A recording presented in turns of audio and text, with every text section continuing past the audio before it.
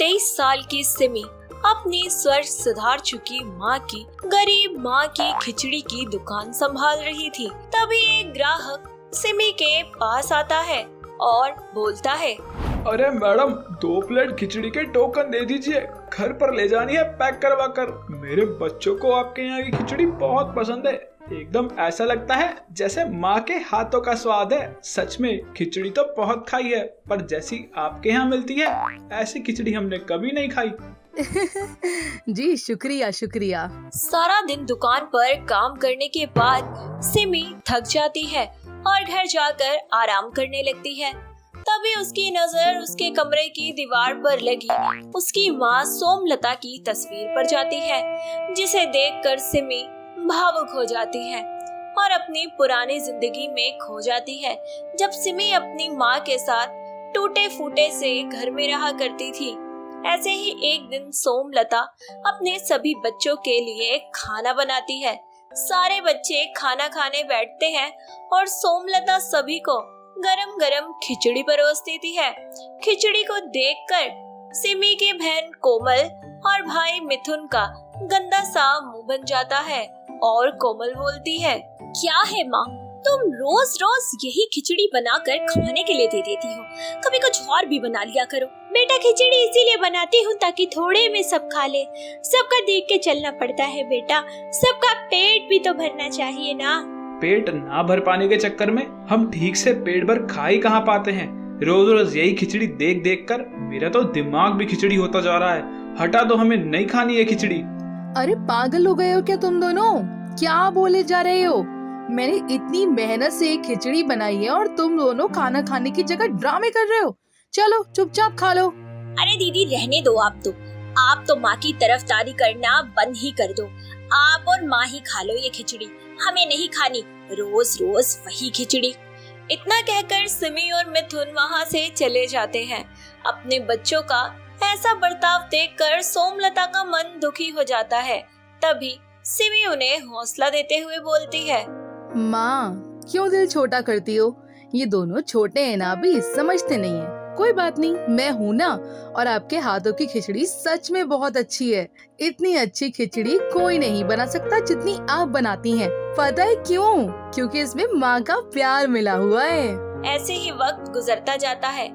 मिथुन और कोमल का खिचड़ी के प्रति और अपनी माँ के प्रति मन कड़वा होने लगता है। ऐसे ही एक दिन सोमलता अपने घर के सभी राशन के डब्बे देखती है और हर डब्बे में उसे 2-2 चम्मच दाल नजर आती है, जिसे देखकर वह बोलती है, हे भगवान अब क्या करूं?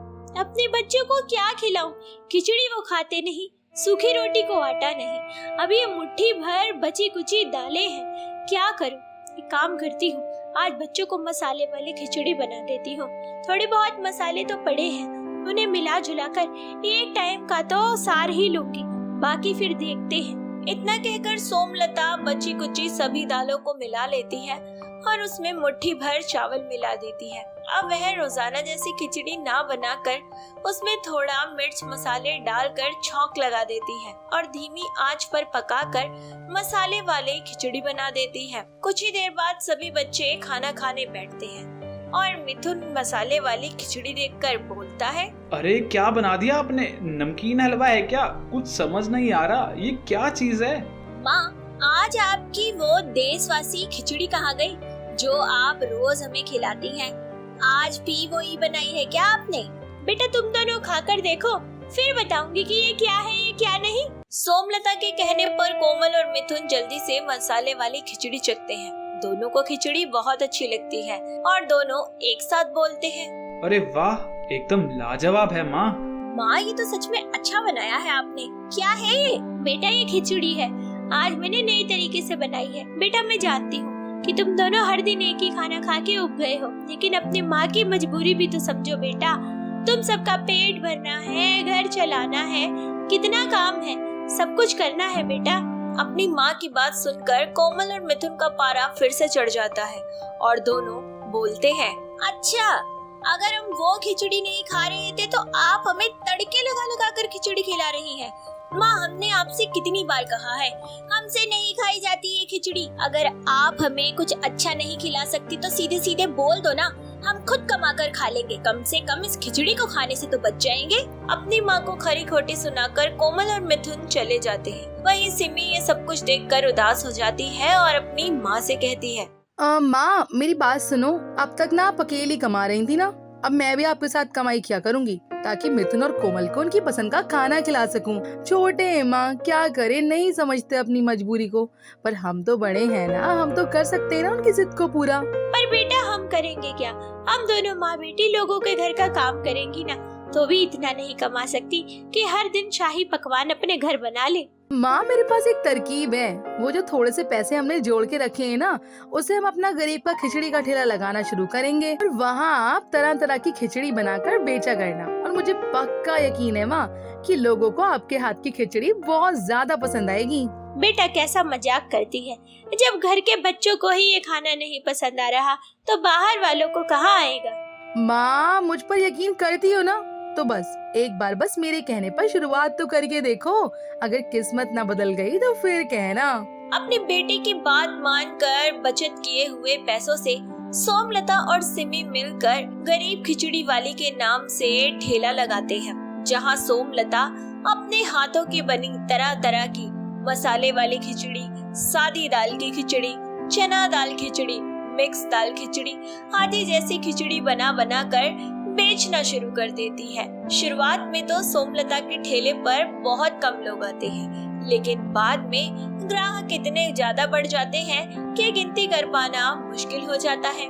ऐसे ही एक दिन कोमल और मिथुन अपनी माँ के ठेले पर आते हैं और बोलते हैं, माँ हम लोगों को खिचड़ी खिला खिलाकर आपका पेट नहीं भरा, जो आपने जनता को भी खिचड़ी खिलाना शुरू कर दिया।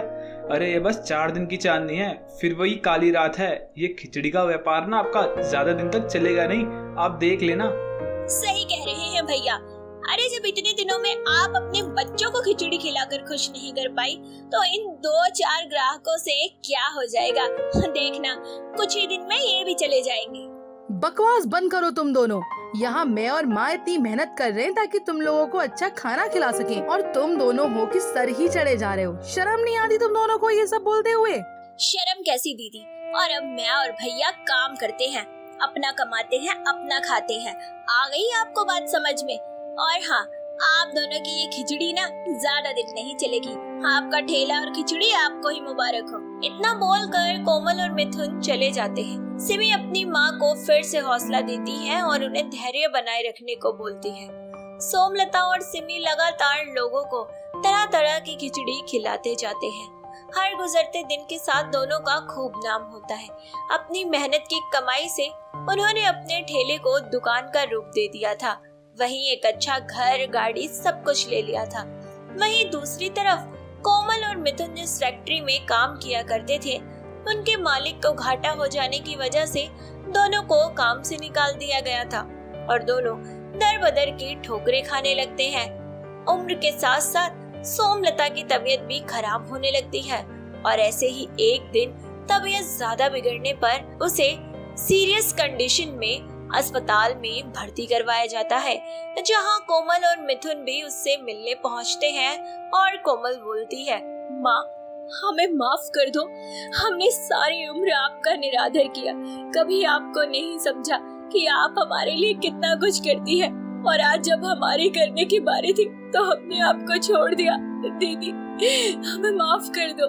बेटा माँ के लिए बच्चे कभी गलत नहीं होते, मैं तुम दोनों से नाराज नहीं हूँ। अपनी दीदी का ध्यान रखना और गरीब खिचड़ी वाली की दुकान पर हमेशा तीनों मिलकर रहना।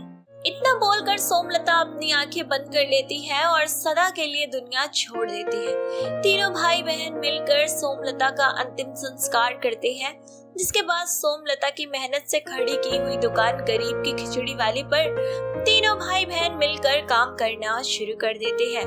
माँ काश आज आप यहाँ होते, आपकी उसी दुकान से आज घर, बंगला, गाड़ी सब कुछ आ गया है। बस कमी है तो सिर्फ आपकी, लेकिन आपका प्यार हमेशा उस खिचड़ी के साथ है। आज भी मैं हर दिन में आपका प्यार लोगों में बांटती हूँ। तो दोस्तों, कैसी लगी आपको हमारी ये प्यारी सी कहानी? माँ के हाथों का खाना हो या पानी, उसकी कदर जरूर करें।